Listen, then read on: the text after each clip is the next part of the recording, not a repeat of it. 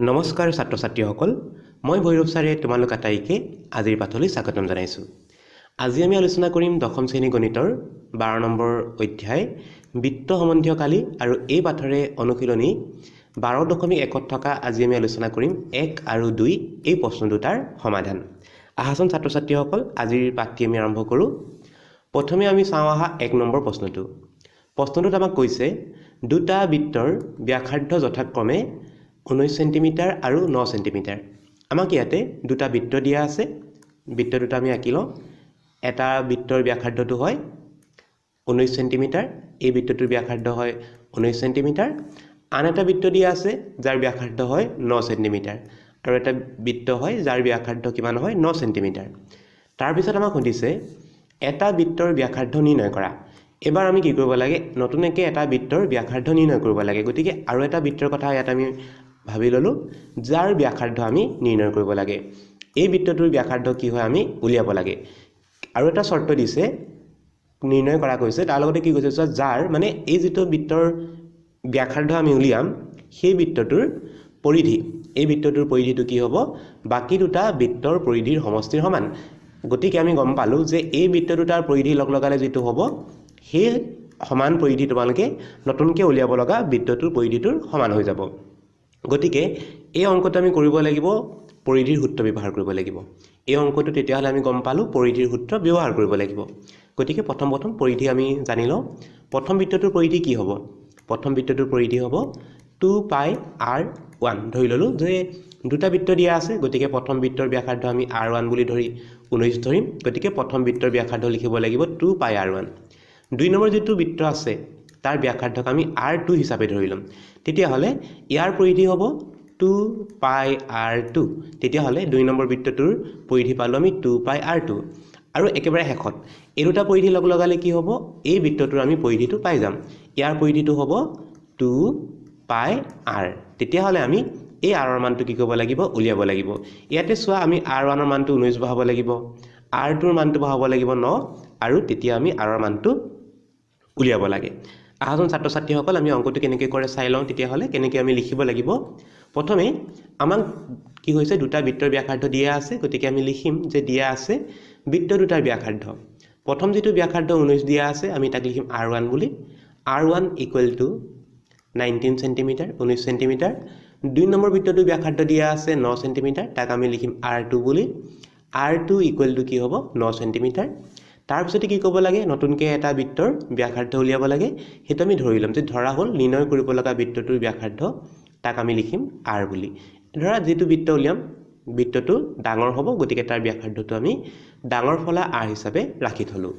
এতিয়া আমি প্ৰশ্নমতে লিখিম। প্ৰশ্নমতে চোৱা প্ৰশ্নমতে আমাক কি কৈছে, প্ৰশ্নমতে আমাক কৈ আছে যে এই দুটা বৃত্তৰ পৰিধি লগ লগালে যিমান হ'ব সেই পৰিধিটো এই ডাঙৰ বৃত্তটোৱে বা উলিয়াব লগা বৃত্তটোৰ পৰিধিটোৰ সৈতে সমান হ'ব। গতিকে প্ৰশ্নমতে আমি লিখিম 2πr1 অৰ্থাৎ প্ৰথম বৃত্তটোৰ পৰিধি 2πr1 প্লাছ দুই নম্বৰ বৃত্তটোৰ পৰিধি 2πr2 আৰু একেটা লগ লগালে কি হ'ব এই নিৰ্ণয় কৰিব লগা বৃত্তটোৰ পৰিধিৰ সৈতে সমান হ'ব, যাৰ ব্যাসাৰ্ধ হৈছে r। গতিকে আমি লিখিম 2πr।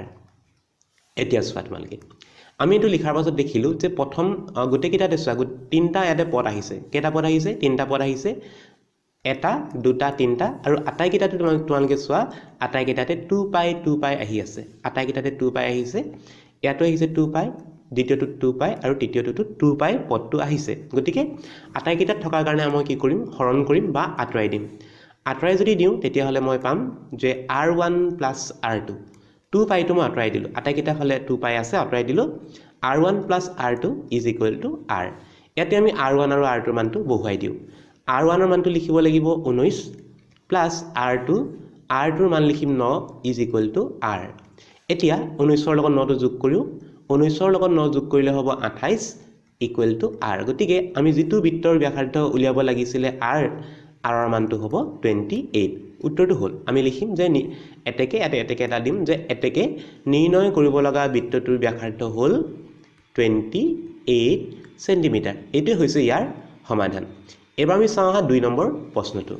2 নম্বৰ প্ৰশ্নটো প্ৰায় একেই ইয়াৰ নিচিনা ইয়াত কি কৈছে কালিৰ কথা কৈছে দুটা বৃত্তৰ ব্যাসাৰ্ধ যথাক্ৰমে 8 সেন্টিমিটাৰ আৰু 6 সেন্টিমিটাৰ দুটা বৃত্ত দিয়া আছে এটা বৃত্তৰ ব্যাসাৰ্ধ হয় 8 সেন্টিমিটাৰ গতিকে আমি r1 হিচাপে লিখিম r1 = 8 সেন্টিমিটাৰ তাৰ পিছৰ বৃত্তটো তাৰ ব্যাসাৰ্ধ হয় r2 বুলি ধৰিম r2 = হ'ব 6 সেন্টিমিটাৰ এতিয়া কৈছে যে এটা বৃত্তৰ ব্যাসাৰ্ধ নিৰ্ণয় কৰা আমি কি ক'ব লাগে এটা বৃত্তৰ ব্যাসাৰ্ধ নিৰ্ণয় কৰিব লাগে যাৰ কালি যেটো বৃত্তৰ কালি কি হ'ব বৃত্ত দুটাৰ কালিৰ সমষ্টিৰ সমান আৰু সেই নতুনকৈ উলিয়াব লগা বৃত্তটোৰ কালিটো নতুনকৈ যেটো বৃত্তৰ কালি উলিয়াম বা যেটো আমি r ৰ মান উলিয়াব লাগে এটো ডাঙৰ বৃত্ত হয় গতিকে মই ডাঙৰ ফলা r হিচাপে লিখিলো ইয়াৰ কালিটো কি হ'ব এই দুটা বৃত্তৰ কালি যোগ কৰিলে তোমালোকে তাৰ সমান পাবা গতিকে অংকটো আগৰ নিচিনা কি হ'ব আমি ইয়াতে ব্যৱহাৰ কৰিব লাগিব কালিৰ সূত্ৰ প্ৰথম বৃত্তটোৰ কালিটো হ'ব যেহেতু বৃত্তৰ কালি উলিওৱা সূত্ৰটো হয় পাই r² গতিকে ইয়াতে আমি মানকিটা বহাই দিও প্ৰথম বৃত্তৰ ব্যাসাৰ্ধ আমি r1 ধৰিছো গতিকে প্ৰথম বৃত্তটোৰ কালি হ'ব পাই r1² দুই নম্বৰ বৃত্তটোৰ কালি হ'ব পাই r2² দুইটা কি কৰিব লাগিব যোগ কৰিলে এই ডাঙৰ বৃত্তটোৰ আমি কালি পাম ডাঙৰ বৃত্তটোৰ কালি হ'ব পাই ডাঙৰ ফলা r² আহা আমি অংকটো আৰম্ভ কৰো প্ৰথমে আমি লিখিম বৃত্ত দুটাৰ ব্যাসাৰ্ধ দিয়া আছে যে r1 প্ৰথম বৃত্তটোৰ ব্যাসাৰ্ধ ধৰিম আমি r1 হিচাপে 8 সেন্টিমিটাৰ পিছৰ বৃত্তটোৰ ব্যাসাৰ্ধ ধৰিম r2 যাৰ মানটো হয় 6 সেন্টিমিটাৰ তাৰ পিছতে নতুনকৈ এটা বৃত্তৰ কি উলিয়াব লাগে ব্যাসাৰ্ধ যাৰ মানটো আমি ধৰিলম যে r বুলি ডাঙৰ বৃত্ত হ'ব এটো গতিকে ডাঙৰ ফলা r হিচাপে ধৰিম কিয় ডাঙৰ হ'ব কাৰণ একেটা সৰু হয় এটো ডাঙৰ একেটাক লগ লগালে আমি এই ডাঙৰ বৃত্তটো পাম গতিকে মই এটো ব্যাসাৰ্ধ ডাঙৰ ফলা r হিচাপে লিখি ললো এতিয়া লিখিম